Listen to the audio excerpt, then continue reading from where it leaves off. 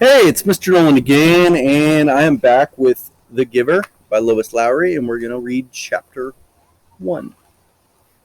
It was almost December, and Jonas was beginning to be frightened. No, wrong word, Jonas thought. Frightened meant that deep, sickening feeling of something terrible about to happen. Frightened was the way he had felt a year ago when an unidentified aircraft had overflown the community twice. He had seen it both times. Squinting towards the sky, he had seen the sleek jet, almost a blur at its high speed, go past. And a second later, he heard the blast of the sound that followed. Then one more time, a moment later, from the opposite direction, the same plane. At first, he had been only fascinated. He had never seen aircraft so close, for it was against the rules for pilots to fly over the community. Occasionally, when supplies were delivered by cargo planes to the landing field across the river, the children rode their bicycles to the riverbank and watched, intrigued, the unloading and then the takeoff directed to the west, always away from the community. But the aircraft a year ago had been different. It was not a squat, fat bellied cargo plane, but a needle nosed single pilot jet. Jonas, looking around anxiously, had seen others, adults as well as children, stop what they were doing and wait, confused, for an explanation of the frightening event. Then all of the citizens had been ordered to go into the nearest building and stay there immediately. The rasping voice through the speakers had said, "Leave your bicycles where they are!" Instantly, obediently, Jonas had dropped his bike on its side on the path behind his family's dwelling. He had run indoors and stayed there alone. His parents were both at work, and his little sister Lily was at the child care center where she spent her after school hours. Looking through the front window, he had seen no people, none of the busy afternoon street cleaners, landscape workers, and food delivery people who usually populated the community at that time of day. He saw only the abandoned bikes here and there on their sides. An upturned wheel on one was still revolving slowly. He had been frightened then. The sense of his own community silent, waiting, had made his stomach churn. He had trembled. But it had been nothing. Within minutes, the speakers had crackled again. The voice, reassuring now and less urgent, had explained that a pilot in training had misread his navigational instructions and made a wrong turn. Desperately, the pilot had been trying to make his way back before his error was noticed. "Needless to say, he will be released," the voice had said, followed by silence. There was an ironic tone to that final message, as if the speaker found it amusing, and Jonas had smiled a little, though he knew what a grim statement it had been. For a contributing citizen to be released from the community was a final decision, a terrible punishment, an overwhelming statement of failure. Even the children were scolded if they used the term lightly at play, jeering at a teammate who missed a catch or stumbled in a race. Jonas had done it once. He'd shouted at his best friend, "That's it, Asher, you're released," when Asher's clumsy error had lost a match for his team. He had been taken aside for a brief and serious talk by the coach, had hung his head with guilt and embarrassment, and apologized to Asher after the game. Now, thinking about the feeling of fear as he pedaled home along the river path, he remembered that moment of the palpable, stomach-sinking terror when the aircraft had streaked above. It was not the feeling now with the December approaching. He searched for the right word to describe his own feeling.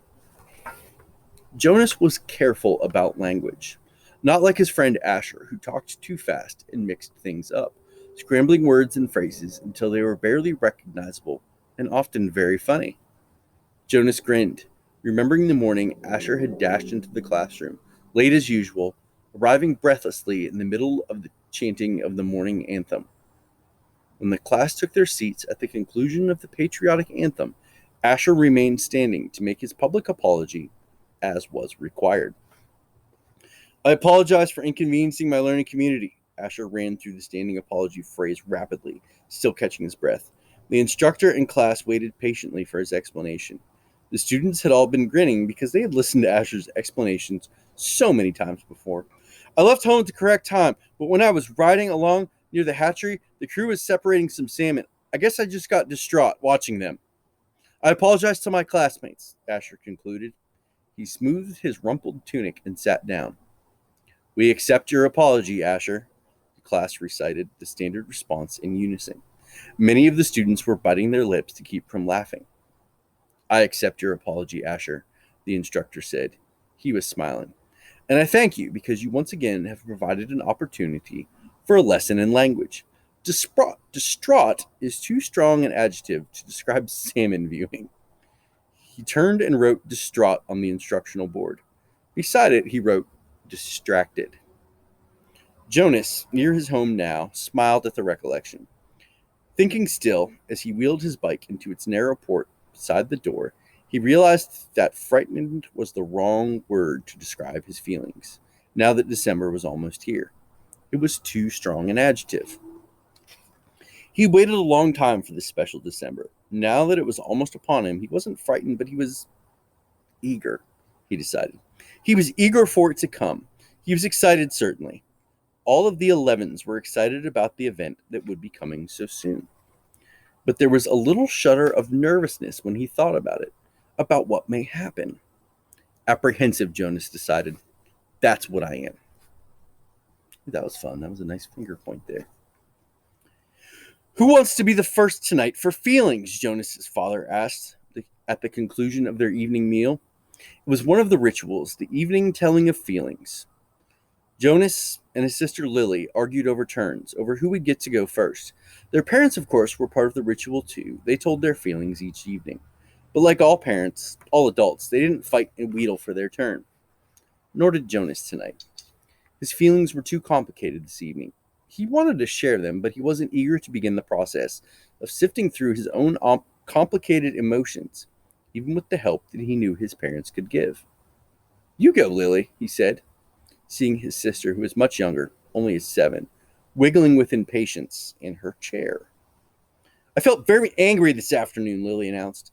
"My child care group is at the play area, and we had a visiting group of 7s, and they didn't obey the rules at all.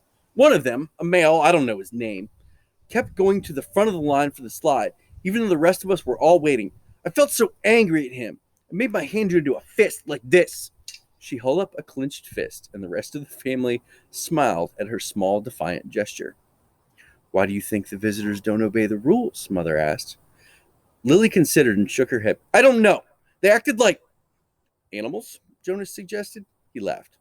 "That's right," Lily said, laughing too. "Like animals." Neither child knew what the word meant exactly, but it was often used to describe someone uneducated or clumsy, someone who didn't fit in. "Where were the visitors from?" Father asked. Lily frowned, trying to remember. "Our leader told us when he made the welcome speech, but I can't remember. I guess I wasn't paying attention. It was from another community. They had to leave very early, and they had their midday meal on the bus." Mother nodded. "You think it's possible that their rules may be different? So they simply didn't know what your play area rules were?" Lily shrugged and nodded. "I suppose." "You visited other communities, haven't you?" Jonas asked. "My group often has." Lily nodded again. "When we were 6s, we went and shared a whole school day with a group of 6s in their community." "How did you feel when you were there?" Lily frowned. "I felt strange, because their methods were different. They were learning usages that my group hadn't learned yet, so we felt stupid." Father was listening with interest. "I'm thinking, Lily," he said, "about the boy who didn't obey the rules today. Do you think it's possible he felt strange and stupid, being in a new place with rules that he didn't know about?" Lily pondered that. "Yes," she said finally. "I feel a little sorry for him," Jonas said. "Even though I don't know him, I feel sorry for anyone who is in a place where he feels strange and stupid." "How do you feel now, Lily?" Father asked. "Still angry?" "I guess not," Lily decided. "I guess I felt a little sorry for him. And sorry I made a fist." She grinned. Jonas smiled back at his sister. Lily's feelings were always straightforward, fairly simple, and usually easily resolved. He guessed that his own had been too when he was a 7. He listened politely, though not very attentively, while his father took his turn, describing a feeling of worry that he'd had the day before, concern about one of the newborns who wasn't doing well. I'm sorry, that word is not newborns, it's new children. And I think that's important. It's a weird word, and you should note it. He was concerned about one of the new children who wasn't doing well. Jonas's father's title was nurturer. He and the other nurturers were responsible for all the physical and emotional needs of every new child during its earliest life.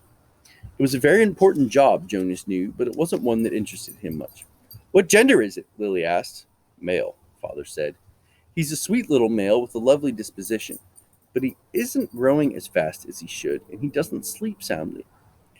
We have him in the extra care section for supplementary nurturing, but the committee's beginning to talk about releasing him." "Oh, no," Mother murmured sympathetically. "I know how sad that must make you feel." Jonas and Lily both nodded sympathetically as well. Release of new children was always sad because they hadn't had a chance to enjoy life within the community yet, and they hadn't done anything wrong. There were only two occasions of release, which were not punishment. Release of the elderly, which was a time of celebration for a life well and fully lived, and release of a new child, which always brought a sense of what could we have done. This was especially troubling for the nurturers, like father, who felt that they had failed somehow, but it happened very rarely. "Well," father said, "I'm going to keep trying. I may ask the committee for permission to bring him here at night, if you don't mind. You know what the night crew nurturers are like. I think this little guy needs something extra." "Of course," mother said, and Jonas and Lily nodded. They had heard father complain about the night crew before. It was a lesser job, night crew nurturing, assigned to those who lacked the interest or skills or insight for the more vital jobs of the daytime hours. Most of the people on the night crew had not even been given spouses because they lacked somehow the essential capacity to connect to others, which was required for the creation of a family unit. "Maybe we could keep him," Lily suggested sweetly, trying to look innocent. The look was fake. Jonas knew. They all knew. "Lily," mother reminded her, smiling, "you know the rules. 2 children, 1 male, 1 female to each unit. It was written very clearly in the rules." Lily giggled. "Well," she said, "I thought maybe just this once." That's weird. Next, mother, who held a prominent position at the Department of Justice, talked about her feelings. Today, a repeat offender had been brought before her, someone who had broken the rules before, someone who she hoped had been adequately and fairly punished, and who had been restored to his place, his job, his home, his family unit. To see him brought before her a second time caused her overwhelming feelings of frustration and anger, and even guilt, that she hadn't made a difference in his life. "I feel frightened too for him," she confessed. "You know there's no third chance. The rules say that if there's a third transgression, he simply has to be released." Jonas shivered. He knew what happened. There had been a boy in his group of 11s whose father had been released years before. No one ever mentioned it. The disgrace was unspeakable. It was hard to imagine. Lily stood up and went to her mother. She stroked her mother's arm. From his place at the table, father reached over and took her hand. Jonas reached for the other. One by one, they comforted her. She smiled, thanked them, and murmured that she felt soothed. The ritual continued. "Jonas," father asked, "you're last tonight." Jonas sighed. This evening, he would almost have preferred to keep his feelings hidden, but it was, of course, against the rules. "I'm feeling apprehensive," he confessed, glad that the appropriate descriptive word had finally come to him. "Why is that, son?" His father looked concerned.